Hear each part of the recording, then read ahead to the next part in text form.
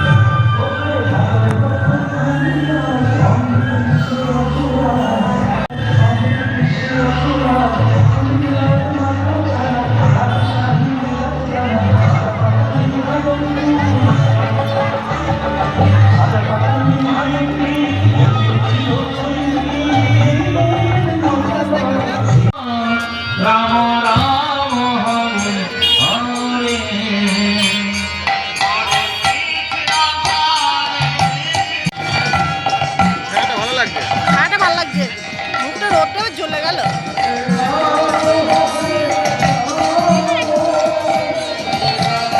দেখো না, বাবুকে ফোন করে, বাবু কোথায় আছে বলো।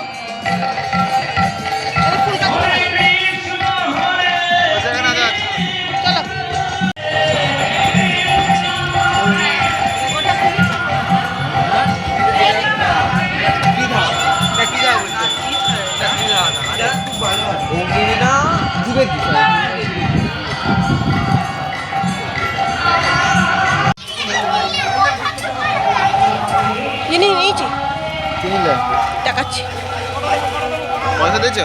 পয়সা কোথায় পাবো?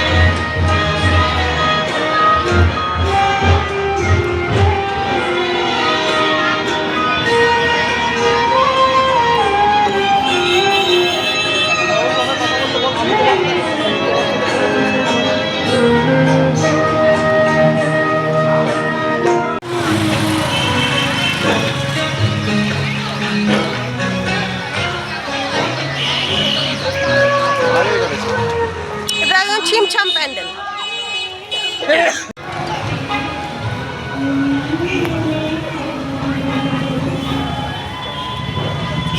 উঠেই তো ওইখানে নামতে হয়। এই চাতালটা করেছে বলে ভালো লাগছে।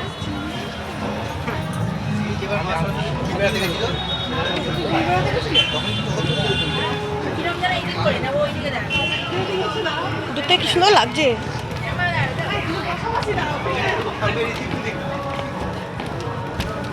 সেপাগুলো এবার দেয়নি। কোনটা? কোনটা? এইটা পাঞ্জাবি কটা?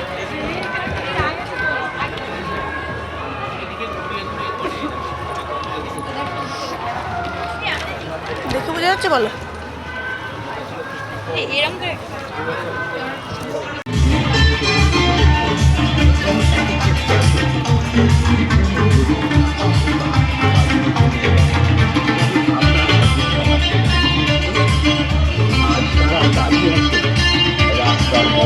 বা মিউজিয়ামের দেওয়ালে। ঠিক তেমনি আমাদের শৈশবও একদিন হয়তো দাঁড়িয়ে থাকবে কোনো এক কংক্রিটের শহরের কোণে, নিঃশব্দ এক শিল্প কর্ম হয়ে। এই ভাবনার মাঝেই মণ্ডপের ভিতর দাঁড়িয়ে আছে একটি বড় বড় গাছ। কারণ গাছ যেমন আমাদের অক্সিজেন দেয়, ঠিক তেমনি ওই সমাজকে দেয় জ্ঞান, চিন্তা। পাতায় গড়া বট গাছ আমাদের মন ছড়িয়ে দেয় কি জানি প্রকৃতি আর শিক্ষা। বলছে একে অপরের আমি তোমায় বলছি যেটাকে না চাই আরেকটি এই মিউজিয়ামের ভেতরে এই রাখা হয়েছে বিভিন্ন ছোট ছোট প্রাচীন পাত্র বইয়ের হারিয়ে রেখে দেখে প্রসাদের পাত্রগুলো হয়েছে আবার চোখের সামনে ফিরে আসে। হয়েছে অ্যাকচুয়ালি শিক্ষা শুধু পরীক্ষার নম্বর নয়, শিক্ষায় মানুষকে মানুষ করে। সবুজই ভবিষ্যতের দিকে এগিয়ে চলা এই শহরে আমরা প্রশ্ন ফিরে দিতে চাই, যদি গাছ হারিয়ে যায়, যদি বই বন্ধ হয়ে যায়, তবে আগামী প্রজন্ম কি নিয়ে বাঁচবে? এই মণ্ডপ